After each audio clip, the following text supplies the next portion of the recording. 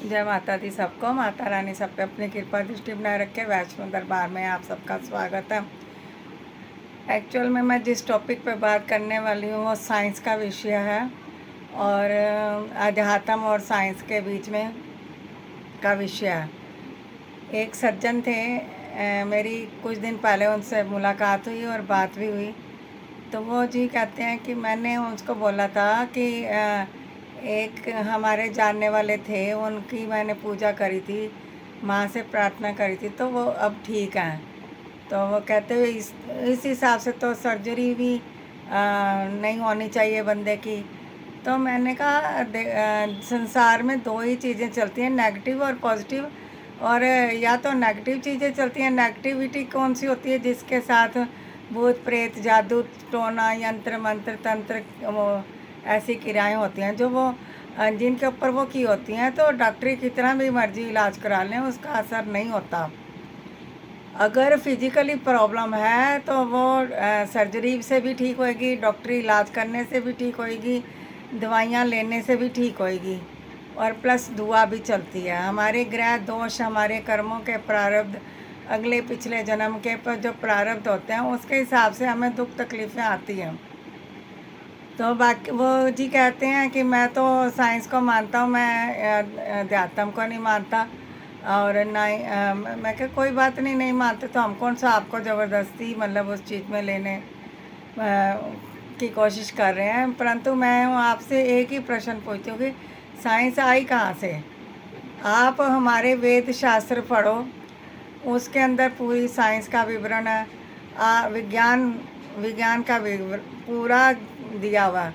और अगर आप हमारे शिव महापुराण पढ़ लो, उसके अंदर भी विज्ञान के बारे में दिया हुआ। अगर आप गुरु ग्रंथ साहब जी को खोल के उसका अध्ययन करो, उसके अंदर भी ये चीज़ें परमात्मा के बारे में भी है और विज्ञान पूरा है, उसका भी विज्ञान पूरा दिया हुआ उसके अंदर भी। अगर आप हमारा भागवत पुराण खोल के पढ़ते हो तो उसके अंदर सब कुछ दिया हुआ। तो मतलब विज्ञान ने आया कहाँ से? वो आया तो हमारे शास्त्रों के अंदर से आया। वो तो उस विज्ञान को भी तो उस परमात्मा ने बनाया। अगर वो नहीं बनाया होता तो आप कैसे साइंस सीखते हैं? आपके को कैसे साइंस के बारे में नॉलेज होती? ये चीज़ें, इसके भविष्य में मेरे से बहस हो गई थी थोड़ी सी। तो मैं बताना ये चाह रही थी कि साइंस भी हमारे शास्त्रों से ही लिया गया है, साइंस कोई अलग नहीं है। आज का युग जो है साइंस युग है, तो साइंस भी हमारे शास्त्रों के अंदर से लिया गया। आप एक टाइम तक सोचो कि सर्जरी का चलन कहाँ से हुआ? सबसे बड़े सर्जन तो भगवान शंकर हैं, जिन्होंने बकरे का सिर लगा दिया था राजा दक्ष को, और गणपति जी का सिर लगा दिया, उसको हाथी का सिर लगा दिया गणपति जी को। तो कितने बड़े शल्य चिकित्सक तो भगवान शंकर ही थे। आप कभी जो साइंस की खोज कर रहे हो, उड़न, आज विमान में हम जाते हैं, हवाई जहाज में घूमते हैं एक देश से दूसरे देश पर।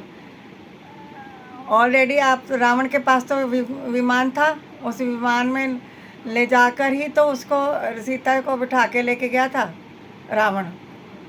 तो तो साइंस तो युगों युगों से चलती आ रही है हमारे शास्त्र। आज कोई नई साइंस थोड़े ना है। तो इसी बारे में मैं कहना चाह रही थी कि लोग बाग बहस करते हैं, बिना नॉलेज के बहस करते हैं। नॉलेज होती है तो कभी भी बहस तर्क वितर्क नहीं करता इंसान। तो मैं भी बिना मतलब कि प्रूफ के बिना तर्क वितर्क नहीं करती, क्योंकि आर्ग्यूमेंट तभी की जाती है जब आपको नॉलेज हो। जब आपको नॉलेज नहीं है तो आप उसके बारे में कोई बात कर भी नहीं पाते हैं। तो आप टीवी की बात करते हो, आज टीवी का चलन है, एलईडी का चलन है, मोबाइल का चलन है।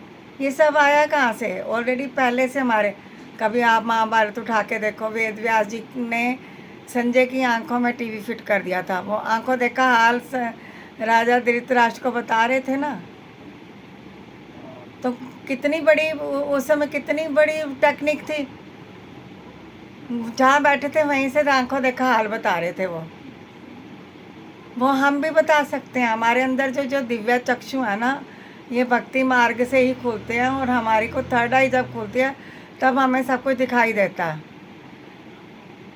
ऐसे ऐसे लोग बाग हैं। आप इतना विज्ञान विज्ञान तो छोड़, जब जब इंसान मतलब साइंस फेल हो जाता ना, तब परमात्मा की शरण में इंसान जाता है, और तब भी उसका इलाज भी होता है और उसकी गति भी होती है।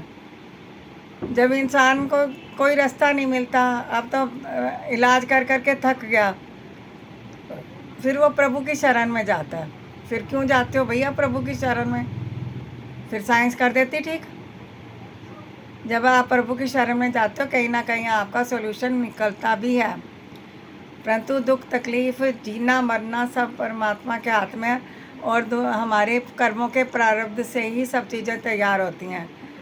अगर हम बुरा कर्म करेंगे तो तुम कैसे कामना कर सकते हो कि हमारे साथ अच्छा हो?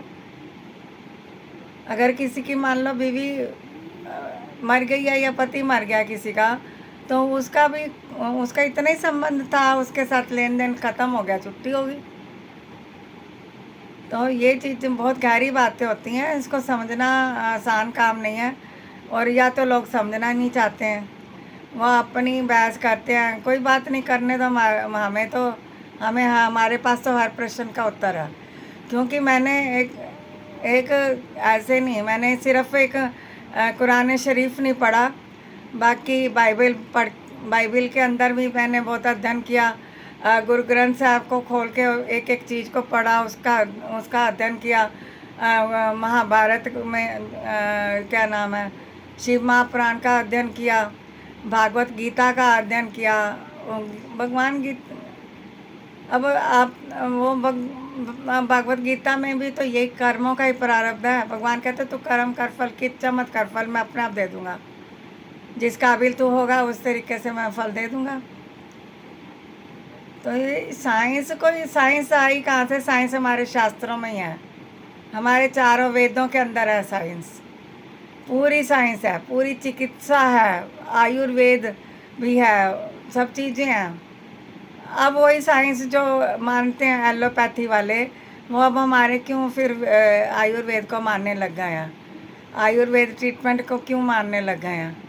उनको कहीं ना कहीं कुछ नज़र आता है ना। जय माता दी।